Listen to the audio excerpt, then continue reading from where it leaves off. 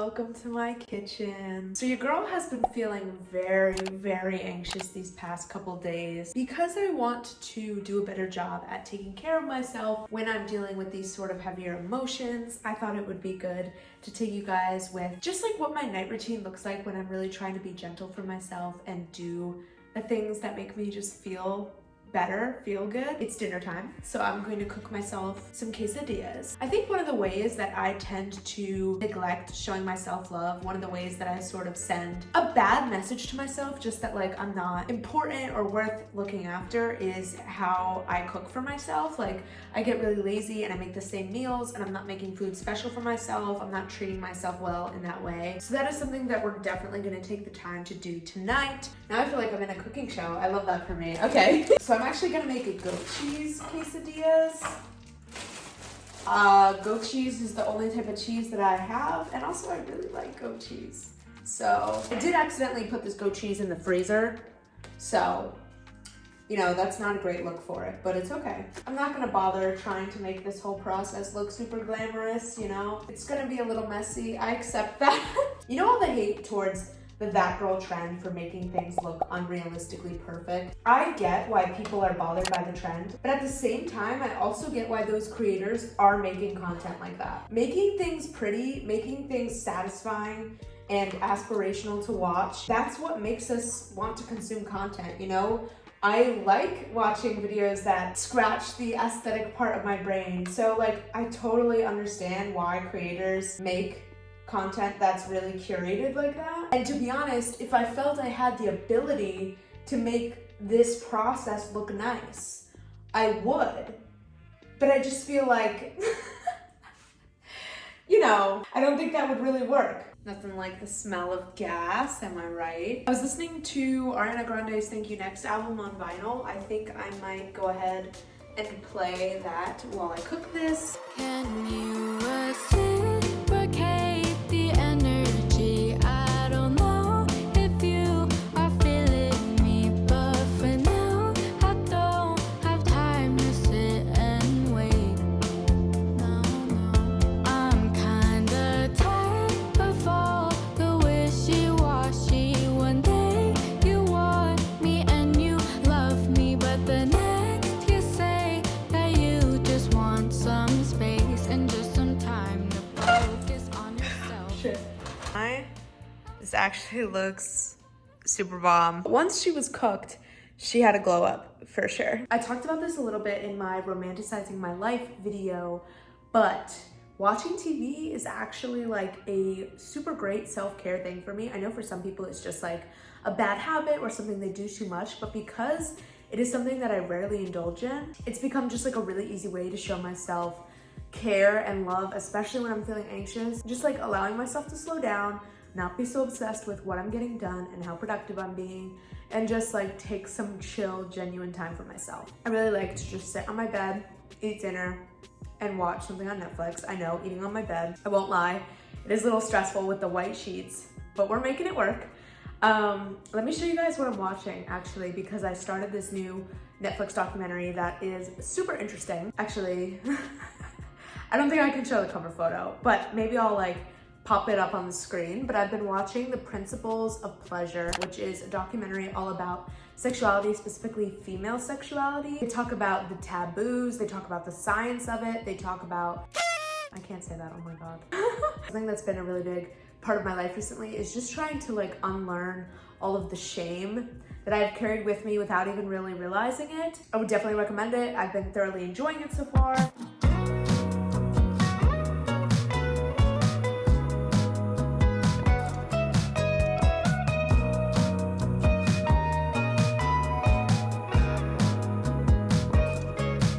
I still have like the remnants of this lavender matcha latte. So even though it's 8:30 at night, I'm going to finish it because I'm not wasting an Alfred matcha. These things are like $8 fucking. What I'm going to do now is I'm actually going to plan my day tomorrow. So this is something that I just have started doing, but I've been using Google Calendar to plan out my days. I used to avoid doing this type of thing because I was always like, scheduling away every second of my day and my life sounds like kind of fucking depressing and too rigid. Like I felt like it was not allowing for enough spontaneity. I talked about this a little bit in my romanticizing my life video as well. Just how like planning too much, I always felt like it would not make room for me to just like enjoy my life, right? But I've actually found that with this system of like blocking my time, it's kind of doing the opposite in the sense that it's taking some pressure off of my shoulders of like constantly having to think throughout the day, what should I be doing? How should I be spending my time? And also it allows me to really set my priorities and prioritize the things that I want to prioritize. So like focusing in on my goals. So for example, if I know I want to practice singing every day and I know I want to work out regularly, instead of just sort of waking up every day and being like, oh, I need to remember to implement these habits, if I have them scheduled into my day, it makes it so much easier to make sure that I'm actually working towards those goals and not just having this vague idea in my mind that that's something I want to do. So I'm just gonna go ahead and plan out tomorrow. Tomorrow is Saturday, and then I'll give you guys sort of a look at what my calendar has been looking like.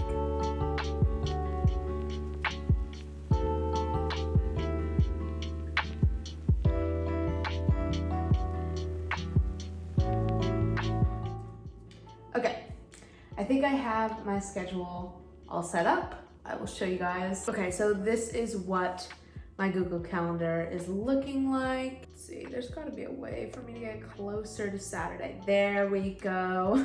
Starting off my day strong. I have a solid hour and a half blocked out for working out and meditating. That is the level of self-care that we are trying to be on. Then I'm gonna get ready. Then I want to film my next video, which is on self-sabotage. That will probably be going up after this. I've been like really intensely on the YouTube grind because I'm going home for a couple weeks. So basically I'm batch filming and prepping content in advance. So I've had to make like 4 videos in the time that I would usually make like 1, which has been a lot, but tomorrow I'm gonna be outlining and filming my next video, and I have to go purchase film for a photo shoot that I have later this weekend. So I'm going to a photo lab to pick up some film. Then I have 2 hours of singing practice blocked in because I have a singing lesson on Monday. Again, that schedule has sort of been compressed because I'm leaving for this trip home on Wednesday, so I'm having to do a lot more singing than usual. I wouldn't usually have like a giant 2-hour chunk like that. I put in some soak up the sun time. As you can see, everything's color coded. So this like mint green color is more like self-care type tasks. The dark blue is usually like YouTube or photography related stuff. Yellow is singing. And then the dark green is for my workouts. I like to put in soak up the sun time just to remind me to get outside, go for a walk, and like actually enjoy the city around me instead of spending all day in my apartment. So that is what tomorrow is looking like. I think it's time to start winding down because I'm honestly fucking exhausted. When I am having these like trickier mental health days, I feel like it just drains the life out of me and I have so much less energy. So I'm thinking like 10 p.m. bedtime. I love that for me. Chest, breathe in. Use your exhale to round through the spine. Draw your chin into your chest. Right. I've never met anyone quite like her before. Exhale, round through here. Melt your heart to the earth. Child's pose is child's pose. Lazy Sunday, thinking maybe, don't you wanna spend some time? That hit the spot, not gonna lie. All right, listen, I tried to do the leggings as long as I could, but this is just so much more realistic. So since I said that I've been feeling really anxious and I've been struggling with a lot of things like body image and productivity anxiety, and just like anxiety in general, something that I just really feel is going to help me out tonight is just like journaling really positive things to myself. I've started just like doing affirmations and talking to myself a lot more, and basically just like speaking against the thought patterns that are happening in me automatically. I'm just gonna go through and write some affirmations, say some positive things to myself, and just sort of try to compensate for the negative way that my brain has been viewing everything lately.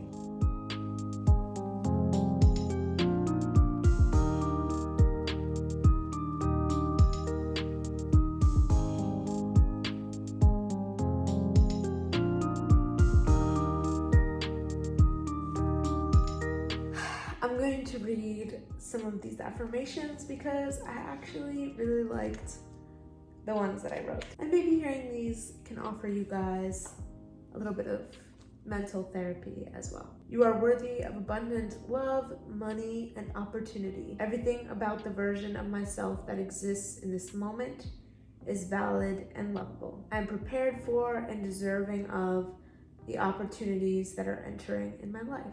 The universe is conspiring to bring me closer to my dream life and best self. The stars are aligning. These growing pains are an important part of my evolution.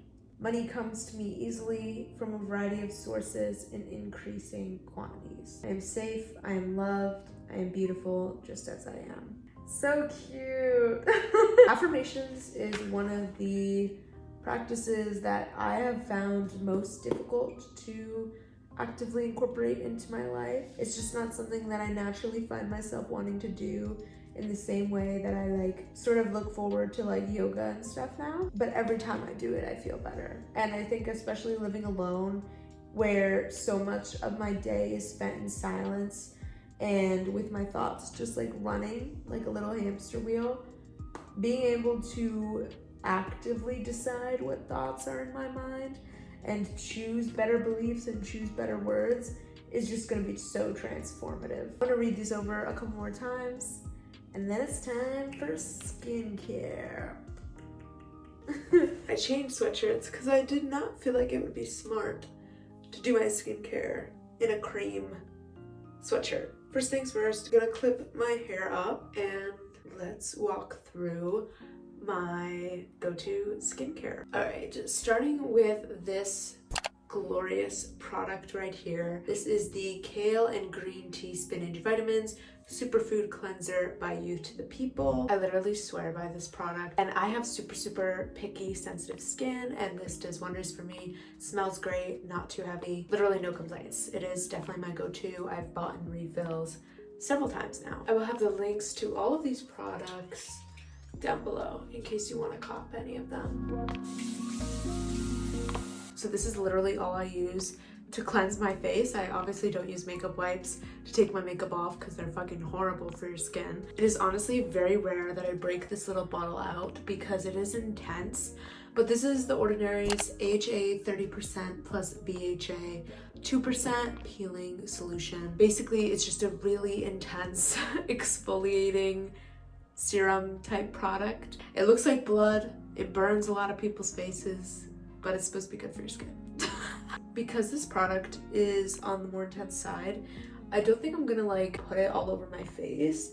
Probably just gonna put it on some of my more problem areas. So like where I get the most acne and all that. I was literally not joking when I said that this product looks like blood. Thankfully, it's on the thinner side, so it doesn't look too terrifying once you put it on. I can already feel that wonderful burn. Even though this is like a 10-minute product, I honestly usually don't even keep it on that long just because like I don't want to risk oversensitizing my skin. I'll be back in 5 minutes.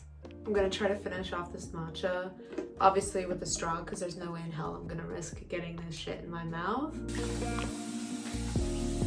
I think it's time to bring my face back to life. This is the Glossier Bubble Wrap Eye and Lip Plumping Cream. I feel like this is actually sort of a strange product because it's for your under eyes and your lips. But basically it is a plumping cream. I remember the first time I used this, like noticing a dramatic difference in my under eyes.